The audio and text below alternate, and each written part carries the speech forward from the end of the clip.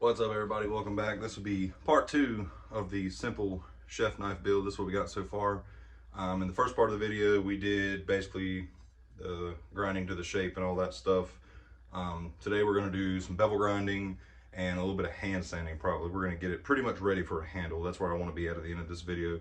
A bunch of people in the comments were talking about, oh, it's stock removal this and stock removal that or whatever. The next video, pretty much the same knife build, is going to be the forged version of this video and how you get your flats and all that stuff after forging or whatever. But the purpose of this video, why it's stock removal, not everybody has all these tools and all this other stuff or whatever. People like to make knives, and this is a super simple, low budget way to do it. You really just need a grinder and a way to heat treat.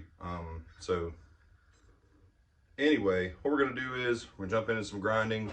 I got a really old Combat Abrasives 36 grit, I believe. It's pretty much wore out, but I'm gonna use it to knock off forge scale and kind of get the bevels roughed in. Then I'm going to go to a fresher belt, work the bevels up, get them about where I want them, and then I'm going to go to a 120 belt.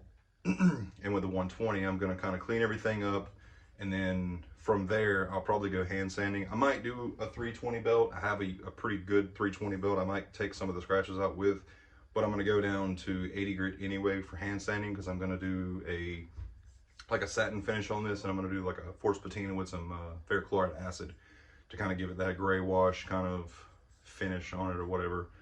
But that's what we're doing. Appreciate you guys for coming and hang out. If you haven't seen the first part video, go watch it. It's how we got to this point. This will be the second part. It'll probably be 3 videos. You know, shaping the blade, you know, getting it ready for a handle, and then handling and finishing it up. So that's what we got. Thanks, guys.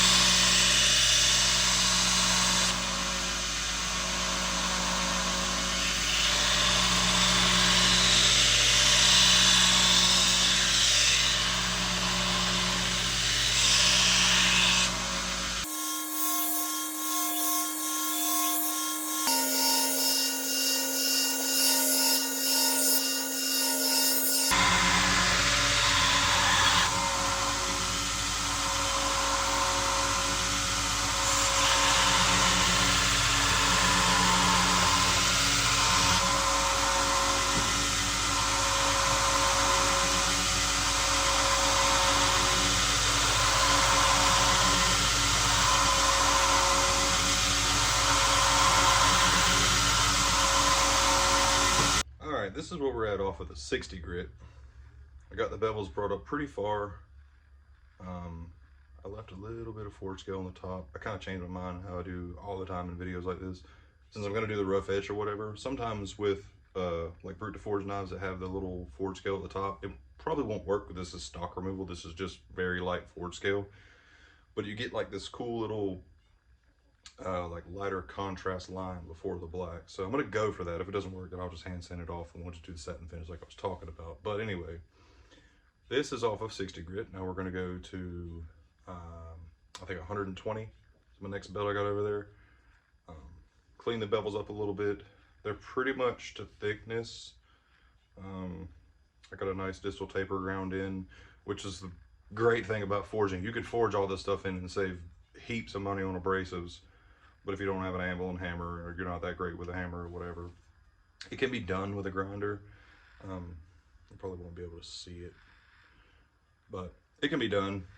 It's just so much easier to take 2 or 3 heats and get your bevels and distal taper and everything lined up after you get your knife forged. But we're gonna go down in there, or go up in grits actually. Get it cleaned up, get it ready for hand sanding. Super.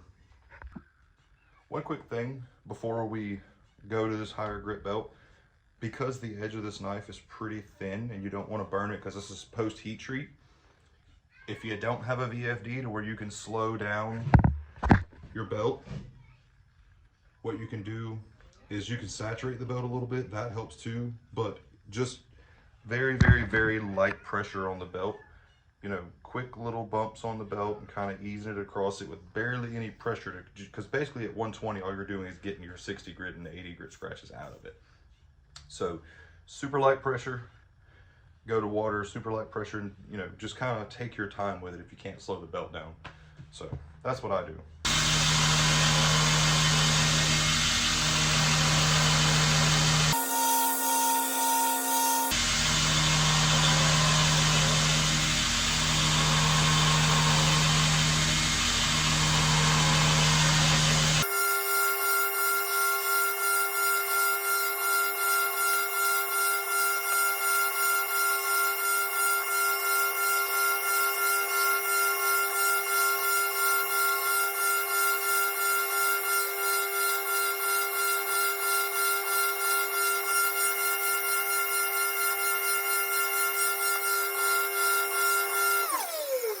All right, so what you saw me doing there is I run the belt off the edge of the platen. That way you don't have that hard edge of the belt cutting in, because when you're grinding in your bevels, if you don't have like a bevel jig or whatever people use, you'll get this weird little cut in right here in the choil area. I believe that's what it's called. And what I do with that is I just kind of feather from where your bevels abruptly stop here, because you grind all the way to the spine. I'll just take that slack belt and just very slightly, no pressure at all, just kind of let the belt do the work and knock that ridge off, so you don't have like a hard transition there with a bunch of different scratch lines and all that stuff, because it's really aggravating to hand sanding, it's really aggravating to get clean and looking neat. So that's the way I do it. If you like that or whatever, use it, try it out, play with it a little bit. But now we're gonna go into hand sanding. I'm not gonna film or make you guys watch the entire hand sanding process. Basically, you clamp it down. I use WD-40. This it's not really a Damascus pattern or anything, and even if you do use WD-40 to hand sand, you could use Windex. I know a lot of people have been using baking soda in their water. That'll stop it from surface rusting. When you flip it over after you hand sand and all that stuff, you'll have a clean surface. WD-40 does the same thing too, and all I do before an edge, if it was a Damascus or a San Mai or something like that, I would just clean it off really, really good with acetone, and the only place that you're going to touch it is where it's not going to matter. So once you get it super clean, it doesn't really matter. But I find WD-40 helps a lot with surface rust, and it keeps the particular paper that I use cleaner. It seems to make the paper last longer, especially into the higher grits. It doesn't like to come up as much. But what we're going to do, clamp it down to this board, start some hand sanding. I'm going to go 100 grit, 220, 320, 400, 600. Take a look at the 600. If we like the 600, we'll stay at 600. If I don't like it, I'll probably go back down to like a 320, clean up, and then go back to 600 and kind of just get it neat. But that's the plan. Anyway, I'm gonna just probably do like a little bit of the 100 grit. You'll get the concept of it. Make sure all your lines are straight. The last couple strokes of your hand sanding for that particular grit, you do one long continuous stroke so you don't get that back and forth like zigzaggy J-hook stuff. But other than that, it's pretty simple. So that's what we're gonna do.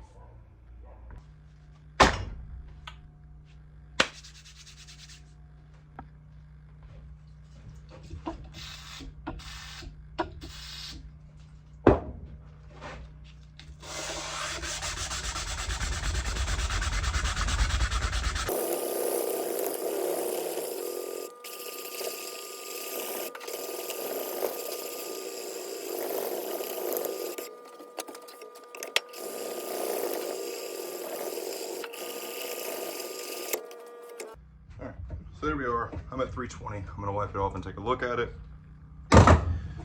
See what we got. All right. So this is a belt finish 120. This is a 320 hand sanded. That is the only reason why hand sanding hasn't gone extinct, is because it is so worth it.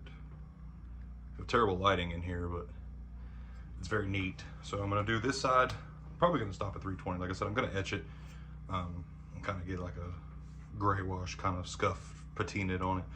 So yeah, I'm gonna try that. I'm gonna see what the 320 looks like. If not, we'll just hand it back off and start over. Well, not start over, just go back to 320 and clean it up again. But anyway, that's what we're doing.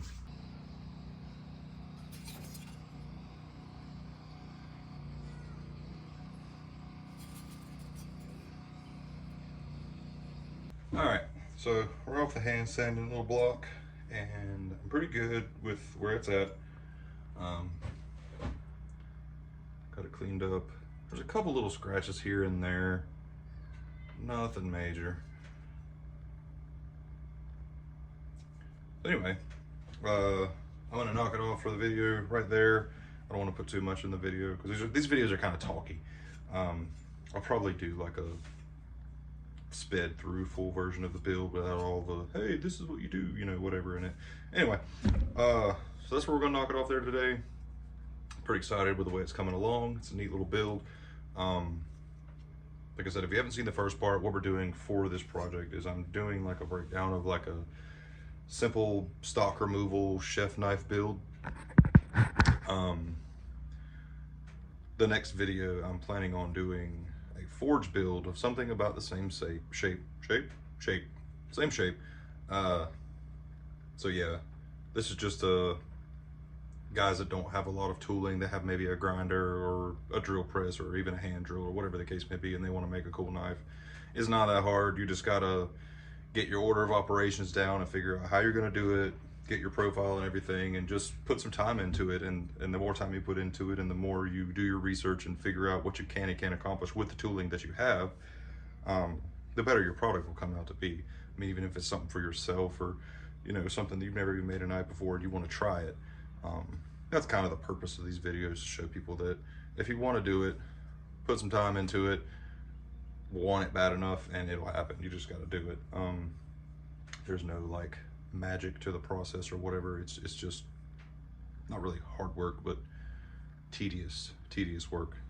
Unless you have a press and a $4,000 grinder and all this super expensive machinery, then it's not so much hard. Then it's more of a, at that point you have to have the skill level, because with this huge 2x72 Ameribraid back here, if you make one little mistake, it eats material pretty quick. So you kind of, you know. Anyway, thank you guys for coming along and following this little build. Hopefully you checked out the first video and you're not lost in the sauce as to what I'm talking about. But I'm excited to get this one finished because I really want to do the forge version of this, because I've got some really cool ideas of what I'm going to do. But anyway, thanks guys.